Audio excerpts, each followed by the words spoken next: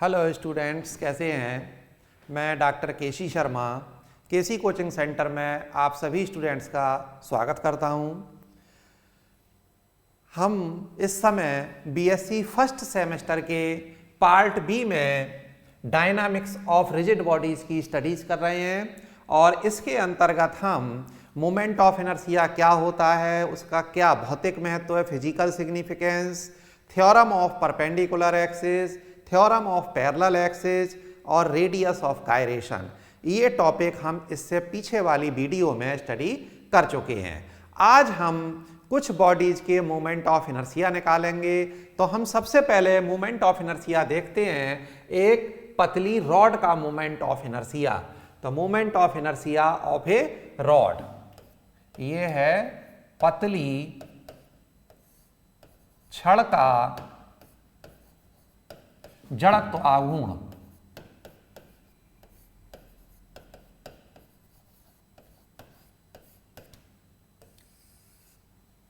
तो देखिए, एक हम रॉड लेते हैं।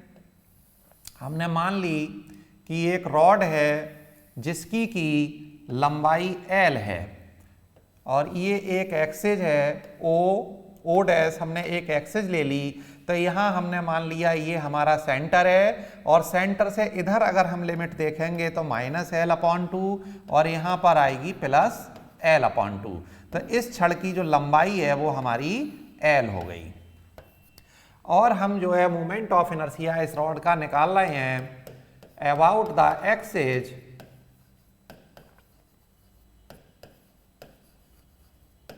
Passing through the center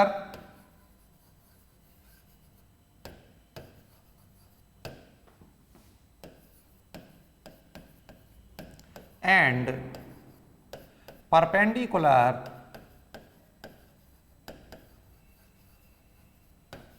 to the length।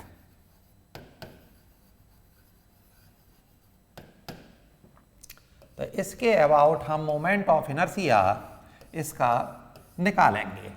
तो इसे निकालने के लिए हम क्या करते हैं, एक रॉड ले ली हमने और इसमें हमने इसके केंद्र से x दूरी पर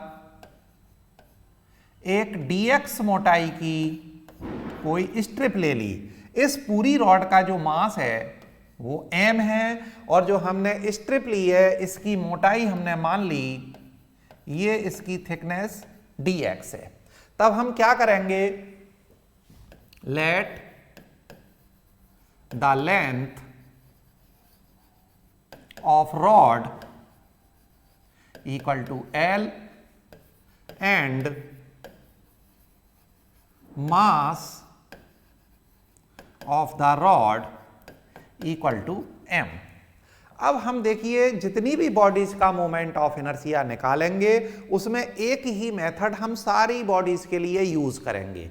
तो उसी मेथड से हम सारी बॉडीज का मोमेंट ऑफ इनर्शिया निकालेंगे। तो देखिए, हमारे पास L लंबाई की और m द्रव्यमान की रॉड है। हमने क्या किया, यहां से x दूरी पर, इसके केंद्र से x दूरी पर dx मोटाई की एक स्ट्रिप ले ली या एक एलिमेंट ले लिया। तब हम इसमें क्या निकालेंगे, सबसे पहले हम यूनिट लंबाई का लेंथ निकालेंगे। जो भी है हम यूनिट के लिए निकालेंगे। तो इसलिए so the mass of unit length कितनी हो जाएगी, पूरा मास m है और इसकी लेंथ L है। तो m/L क्या हो जाएगा, इसकी यूनिट लेंथ का मास हो जाएगा। अब हमने क्या किया, यहां dx मोटाई की एक स्ट्रिप ले रखी है। तो इस स्ट्रिप का मास कितना होगा, now we take a strip और एक element, take an element at distance x from the center, its thickness equal to dx। Therefore the mass of this element equal to, तो कैसे निकालते हैं? जैसे हमें मालूम है कि 12 केले का मूल्य 40 रुपए है, तो एक केले का मूल्य कितना हो गया? 40/12 रुपए, और इसलिए हमें निकालना है 3 केले का मूल्य, तो हम क्या करते हैं? 3 × 40/12।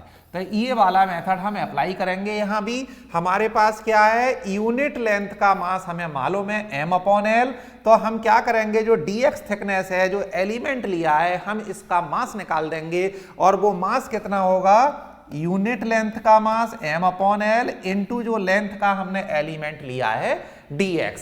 अब हम क्या करेंगे? इस एलिमेंट का मोमेंट ऑफ इनर्शिया निकाल देंगे about the o axis. So the moment of inertia of this element about axis o dash, तो इसे हम लिखे दे रहे हैं DIO डैश इक्वल टू, क्या होता है मोमेंट ऑफ इनर्शिया का formula? Mass into perpendicular distance का स्क्वायर। तो mass of element into perpendicular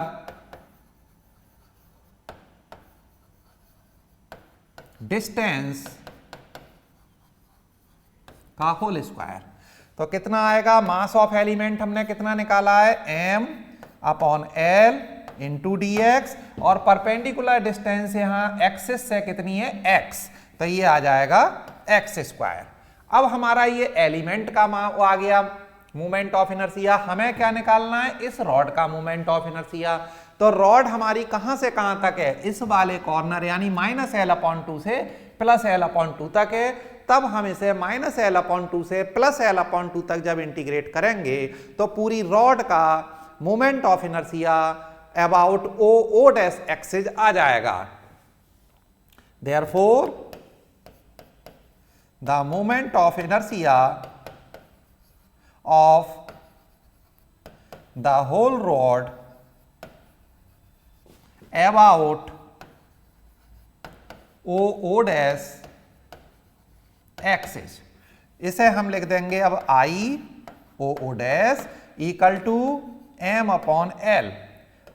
constant है इसलिए हमने इसे इंटीग्रल से बाहर ले लिया, और -l/2 से +l/2 लिमिट लगाएंगे x² इंटू dx।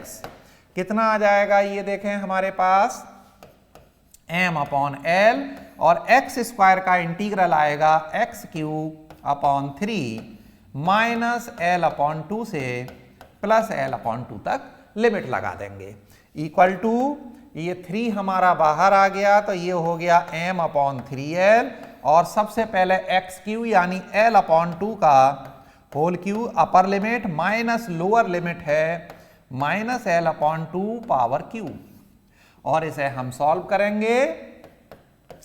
m/3l ये हमारे पास हो जाएगा l³/8, और ये भी l³/8 माइनस और माइनस प्लस हो जाएगा, तो ये हो गया l³/8, यानी कि ये हो गया m/3l इंटू ये आ गया हमारे पास l³/4।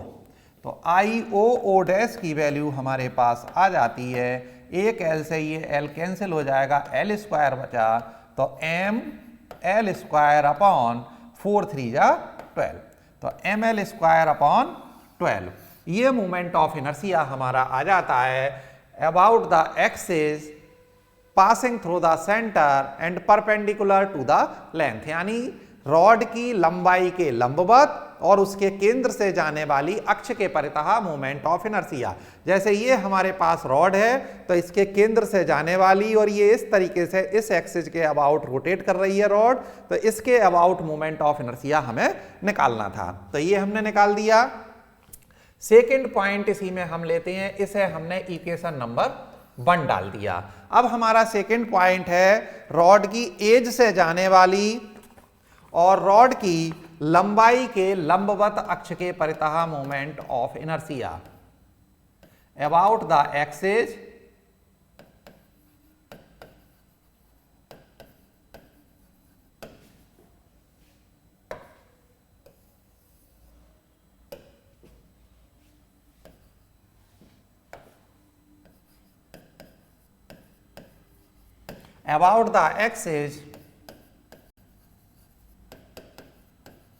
passing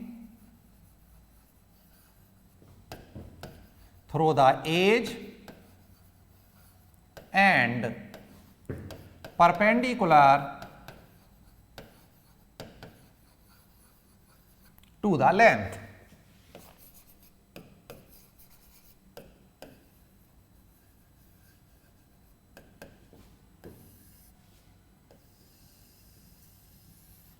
perpendicular to the length. तो देखिए क्या बनेगी, हमारा फिगर क्या बनेगा, फिगर देखते हैं पहले हम।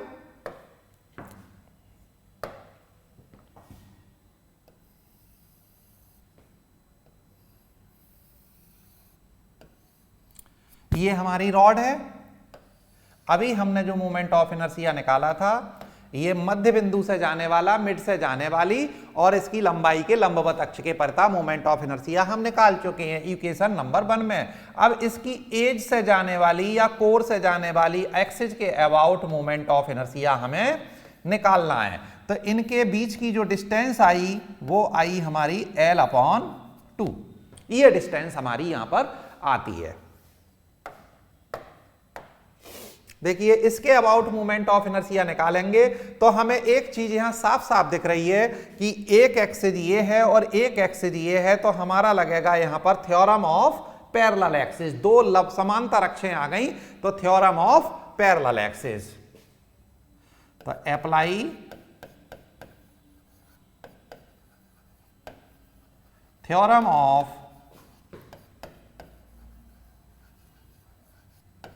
Parallel axis. Theorem of parallel axis क्या होती है, IPQ, इस एक्सिस के अबाउट निकाल रहे हैं हम, बराबर क्या होती है, उसके द्रव्यमान केंद्र या सेंटर ऑफ मास से जाने वाली एक्सिस के अबाउट मोमेंट ऑफ इनर्शिया। तो ये क्या है, इसके केंद्र से जा रही है, यानी कि IO dash plus mass of the body. इस बॉडी का मास कितना है, m इनटू दोनों एक्सिस के बीच की डिस्टेंस का स्क्वायर। दोनों एक्सिस के बीच की दूरी है L/2, तो L/2 का होल स्क्वायर। और IO डैश की वैल्यू हमने इक्वेशन नंबर 1 में निकाली है, ये आई थी mL²/12 और ये हो गया हमारे पास mL²/4। इसे जब हम सॉल्व करते हैं तो देखिए ये हमारा 12 तो एलसीएम हो गया, mL² हमने कॉमन ले लिया, तो ये हमारे पास बचेगा 1 + 3/12। तो कितना हो गया, 4/12, यानी mL²/3। ये हमारी आ गई एज से जाने वाली और उसकी लंबाई के लंबवत अक्ष के परितः मोमेंट ऑफ इनर्शिया। इसी तरीके से हम एक और इसमें ऑप्शन लेते हैं जो न्यूमेरिकल टाइप का क्वेश्चन भी बन जाता है। नंबर 3, अबाउट द एक्सिस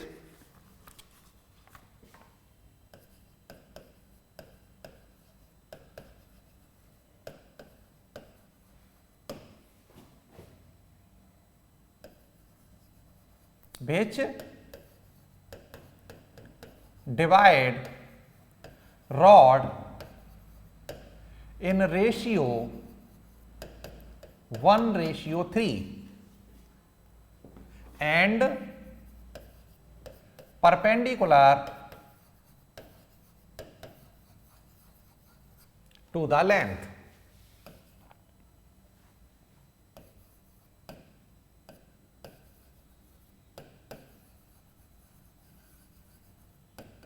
तो ये एक न्यूमेरिकल टाइप क्वेश्चन बना, इसे हम देखते हैं।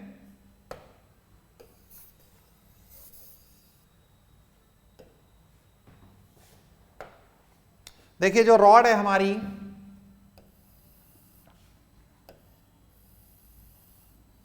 ये रॉड है, इस एक्सिस के अबाउट मोमेंट ऑफ इनर्शिया हमें मालूम है, ओ डैश है। अब ये कह रहे हैं कि रॉड को 1:3 में डिवाइड कर दे, तो 1:3 का मतलब कितना हो गया, 1 + 3।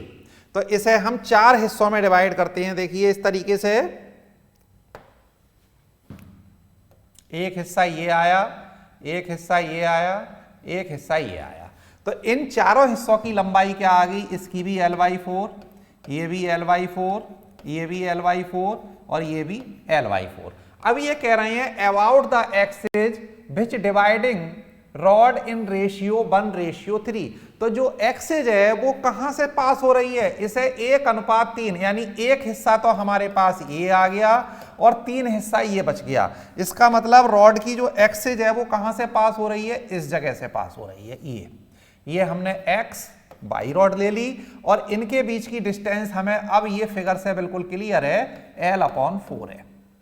और ये जब दो हमने देख ली, यहां पर एक्सेज हैं, दोनों एक्सेज कैसी हैं, पैरेलल हैं। ये दो पैरेलल एक्सेज हैं, तब हम क्या करेंगे, इन एक्सेज पर हम theorem of parallel axes apply कर देंगे।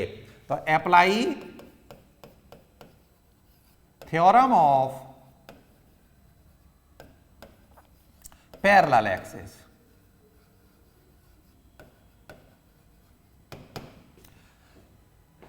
एक्स वाई एक्सिस के मूवमेंट ऑफ इनर्शिया निकालना है, तो I X Y equal to क्या होती है, थ्योरम ऑफ पैरेलल एक्सिस, किसी भी एक्सिस के अबाउट मूवमेंट ऑफ इनर्शिया उस बॉडी के सेंटर ऑफ मास से जाने वाली एक्सिस के about moment of inertia plus mass of whole body into दोनों जो एक्सिस हैं पैरेलल एक्सिस, उनके बीच की डिस्टेंस के स्क्वायर के प्रोडक्ट के एडिशन के बराबर होती है। तो I X Y equal to होगा I O dash plus mass of body यानी m और दोनों अक्षों के बीच की दूरी का स्क्वायर यानी L/4 का होल स्क्वायर। आई ओ डैश की वैल्यू हम इक्वेशन नंबर 1 में निकाल चुके हैं, जिसकी वैल्यू थी mL²/12 और ये आ गया mL²/16। इसे सॉल्व करेंगे, एलसीएम ये हमने कॉमन ले लिया mL² और इसे सॉल्व करेंगे तो ये आएगा 48। तो आई एक्स वाई की वैल्यू आएगी 7/48 mL²। तो इस तरीके से हम एक ऐसी एक्सिस जो कहां से पास हो रही है, इस रॉड को 1:3 में डिवाइड करती है, उस एक्सिस से पास होने वाली एक्सिस के अबाउट मूवमेंट ऑफ इनर्शिया हमें निकालना था, वो हम निकाल चुके हैं। इसी तरीके से हम इसे 3:4 में डिवाइड करें तब भी मूवमेंट ऑफ इनर्शिया निकाल सकते हैं। तो कैसे कैसे निकालेंगे, हम 3:7 यानी 3:7 में ये डिवाइड कर रहा है, तब हम क्या करेंगे 3 + 4 करेंगे, यानी इसे 7 भागों में डिवाइड कर देंगे। और L/7 के 7 टुकड़े हो गए, 3 टुकड़े एक तरफ और 4 टुकड़े एक तरफ, तो वो क्या हो जाएगी 3:4 में डिवाइड हो जाएगी। तो हम इस कंसेप्ट का ध्यान रखेंगे कि हम रॉड को कैसे डिवाइड करते हैं और इस तरीके से हम किसी भी पतली रॉड का मोमेंट ऑफ इनर्शिया किसी भी एक्सिस के अबाउट निकाल सकते हैं। हमने 3 इसमें पार्ट निकाले हैं, तो सभी स्टूडेंट्स इसे अच्छे से समझ में आया होगा। इसकी प्रैक्टिस